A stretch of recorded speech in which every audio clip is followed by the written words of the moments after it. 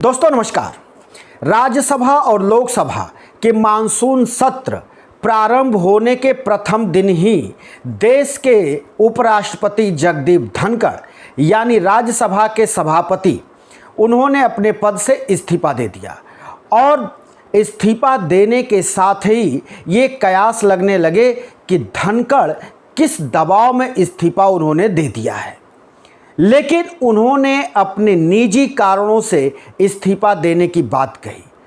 वो खुद इस्तीफा देने राष्ट्रपति भवन पहुंचे थे, जहां उनको आधे घंटे तक इंतजार करना पड़ा।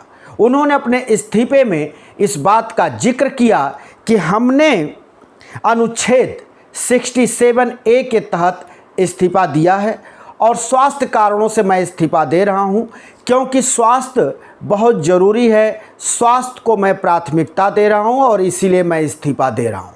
लेकिन अब एक नया मोड़ आ गया है।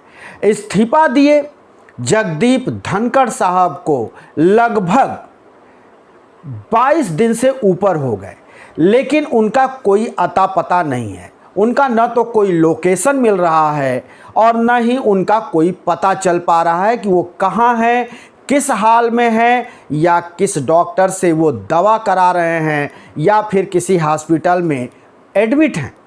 ये सब कुछ भी नहीं पता चल रहा है। और ये मैं नहीं कह रहा हूँ, ये कह रहे हैं देश के माने जाने अधिवक्ता और राज्यसभा सांसद कपिल सिब्बल। कपिल सिब्बल साहब का कहना है कि हमने एक मूवी देखी थी जिसका नाम था लापता लेडीज, लेकिन हमने लापता वाइस प्रेसिडेंट नहीं सुना था। खैर, उन्होंने ये चुटकी लेते लिया, लेकिन वो सीरियस होकर के इस बात का जिक्र करते हैं कि धनखड़ साहब मेरे अच्छे मित्र हैं। हम दोनों ने सुप्रीम कोर्ट में वकालत की और हमने राजनीति में भी एक साथ बिताया है। लेकिन धनखड़ साहब जिस तरह से जिस हालात में वो इस्तीफा दिए, उसके बाद से उनका पता न चलना, उनके बारे में कोई जानकारी न मिलना, ये गंभीर विषय है और ये चिंता का विषय है। और ये तब और गंभीर हो जाता है जब अगर ये कहा जाए कि वो दिल्ली में है, देश की राजधानी में है, तो फिर उनका पता क्यों नहीं चल रहा है? क्या उनको डिटेन कर रखा गया है?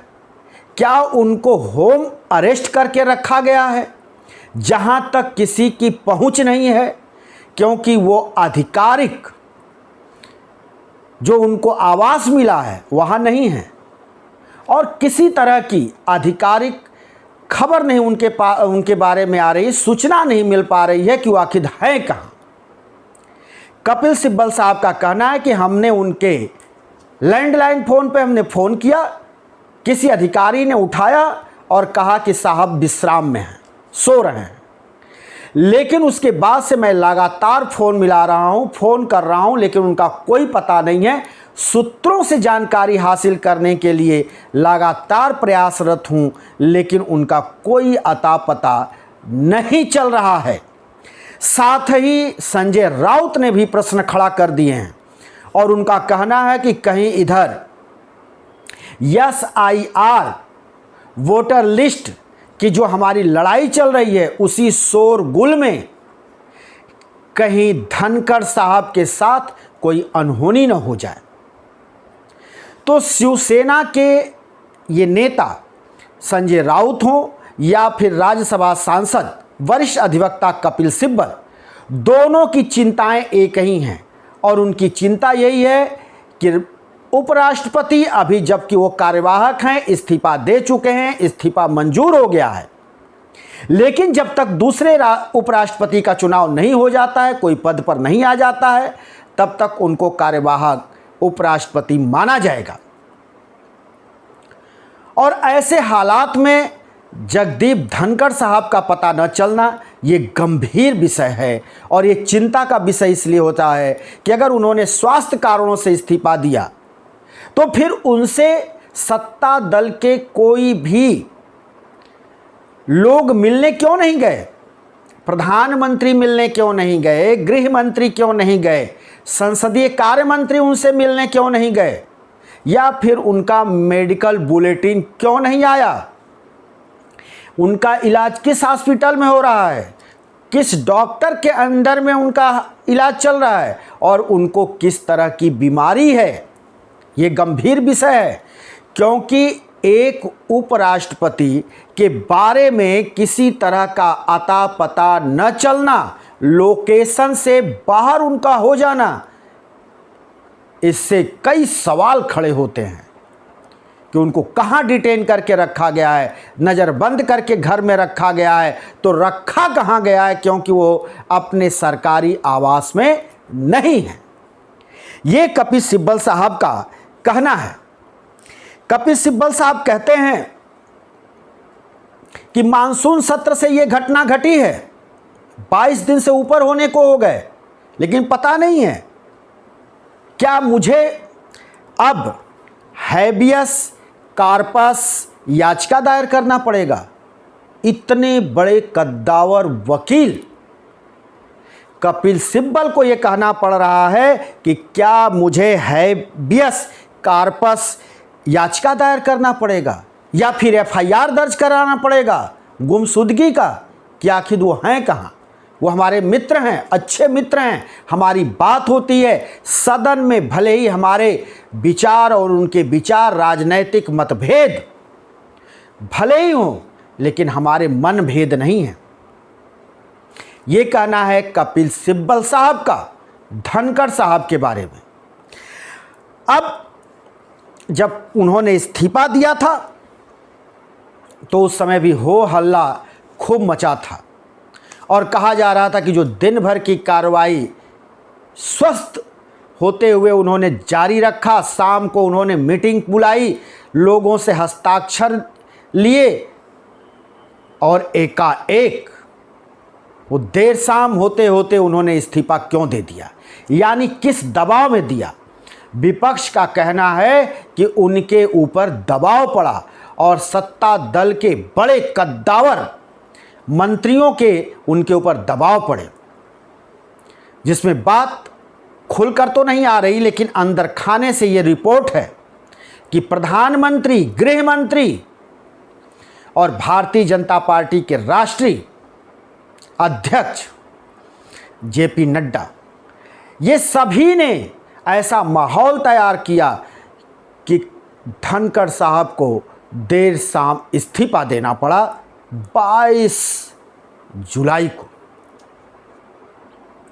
तो दोस्तों, ऐसे ऐसे कद्दावर जो नेता होते हैं, जो उपराष्ट्रपति हो, उसके भी मुंह को बंद करा देना, ये सरकार के बस की बात ही हो सकती है, बाकी कोई नहीं करा सकता। धनखड़ साहब बेबाक वक्तव्य के लिए जाने जाते हैं। उन्होंने कांग्रेस से अपनी राजनीति शुरू की, सांसद रहे, विधायक रहे और कांग्रेस से उन्होंने अपनी राजनीतिक पारी शुरू की थी। 2008 में धनखड़ साहब भारतीय जनता पार्टी की सदस्यता ग्रहण की और उसके बाद धनखड़ साहब को देश के उपराष्ट्रपति के लिए चुना गया था। वो एनडीए गठबंधन के प्रत्याशी थे और उन्होंने एक बहुत ही अच्छी जीत हासिल की थी और उपराष्ट्रपति पद पर आसीन हुए थे। लेकिन कहा जाता है कि इधर बीच कुछ दिनों से वो थोड़ा विवादों में आ गए थे।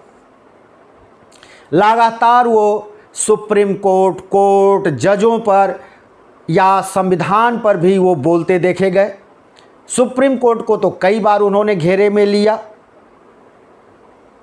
और इस बार विवाद में चल रहे यशवंत वर्मा, जिनके घर नोटों के बोरियां मिली, जिसमें आग लगी थी, सुलगती हुई बोरियां मिली, उनके खिलाफ दोनों सदनों में जो कार्रवाई होनी थी उसी को लेकर कुछ मुखर दिखे थे धनखड़ साहब, जिसके चलते उनके ऊपर ऐसा दबाव पड़ा और ये बात सामने आई कि विपक्ष के लोग उनको हस्ताक्षर कर महाभियोग के लिए कह रहे हैं, जिसके बाद सत्ता दल को ये बात नागवार गुजरी और ऐसा दबाव पड़ा कि उसी दिन देर शाम धनखड़ साहब पद से इस्तीफा दे दिए।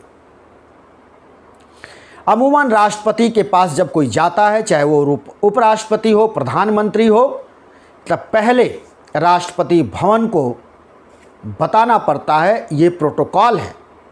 लेकिन जब उपराष्ट्रपति धनखड़ साहब इस्तीफा दे रहे थे तो उस दिन वो सीधे राष्ट्रपति भवन पहुंचे और बिन बुलाए पहुंचे थे, बिना किसी आमंत्रण के पहुंचे थे, बिना किसी जो है प्रोटोकॉल के पहुंचे थे। इसलिए उनको वहां आधे घंटे तक इंतजार करना पड़ा। धनखड़ साहब राजनीति शुरू किए तो उसके पहले वो एक कुशल अधिवक्ता थे। राजस्थान हाई कोर्ट में वो अधिवक्ता रहे, राजस्थान बार काउंसिल में वो नामित रहे। बाद में वो दिल्ली आकर सुप्रीम कोर्ट की वकालत की और सुप्रीम कोर्ट की वकालत करते वक्त ही इसी कार्यकाल में वो सांसद रहे, विधायक रहे और भारतीय जनता पार्टी 2008 में उन्होंने ज्वाइन किया। जब वो पहली बार सांसद हुए थे तो देश के पूर्व प्रधानमंत्री चंद्रशेखर के कार्यकाल में संसदीय कार्य मंत्री रहे धनखड़ साहब।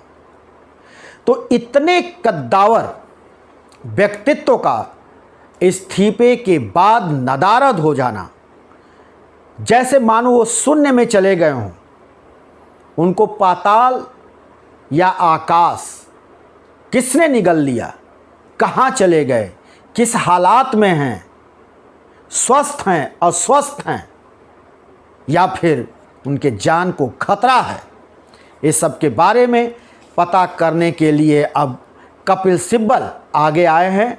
अब देखना है कि आगे कपिल सिब्बल क्या उनके बारे में जानकारी जुटा पाते हैं और देश को बता पाते हैं कि किस हालात में हमारे उपराष्ट्रपति जगदीप धनखड़ साहब हैं या फिर वो मुसीबत में।